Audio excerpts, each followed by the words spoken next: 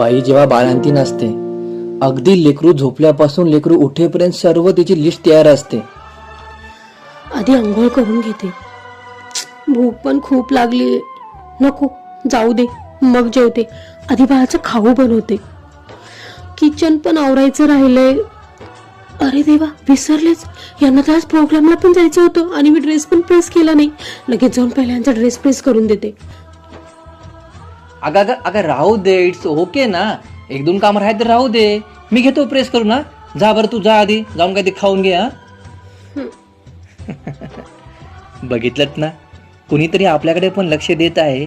हे जेव्हा तिला समजलं तेव्हा कसं समाधान होतं तिच्या चेहऱ्यावर. अशी ही एक बाळंतीण. काळजी घ्या तिची व तिच्या फिलिंगची पण.